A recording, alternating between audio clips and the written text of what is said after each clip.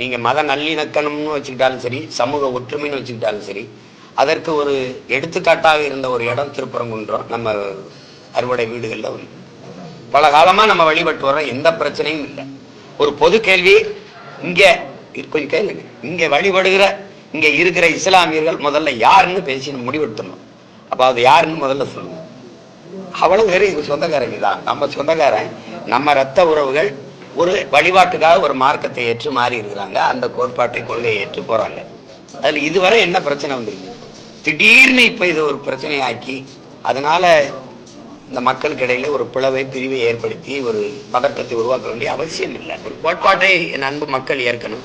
உன் மதம் சிறந்தது, நீ வழிபடு. என் மதமும் சிறந்தது, வழிவிடு. இதுதான் இருக்கு, அதான் குரான்லே இருக்கு. அதை நம்ம ஏற்றுக்கிட்டு அவரவர் வழிபாட்டை அவரவர் புனிதமாக கருதி போயிடணும்.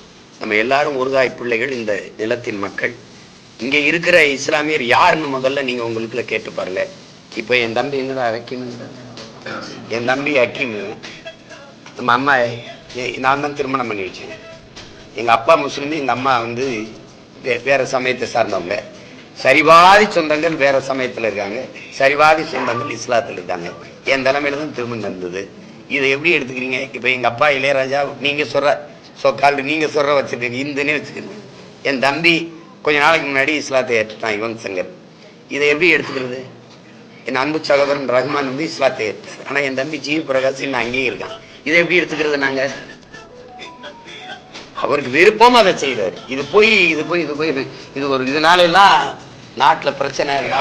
நேற்று ஒரு மசூதியை கட்டி இன்னைக்கு போய் கந்திரியாக்க போனாங்கன்னா அது என்ன இப்படி நடக்குதுன்னு சொல்லலாம்.